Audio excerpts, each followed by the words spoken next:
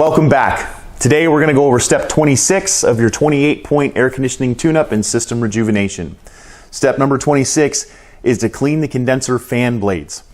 So inside here you have a fan that spins around. Just like a wheel on your car, if you're driving down the freeway and the steering wheel starts shaking and vibrating all over the place because your tires are out of balance, the same thing happens with this fan. It spins at a high RPM going in circles to pull air through the unit so we can condense the refrigerant from a vapor back to a liquid. If this thing's outside shaking back and forth and rocking all over the place, that's not good because you start wiggling everything apart. You could break welds.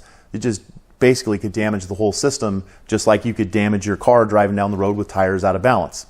You don't want to drive down the road going like this, and we don't want the air conditioner shaking all over the place. So it's real important that we get these cleaned, make sure that they're balanced, make sure that everything's adjusted. That way this thing runs and moves the right kind of airflow through the unit. So please get your air conditioning tune-up done and then follow it up with an annual maintenance program. See you on the next video.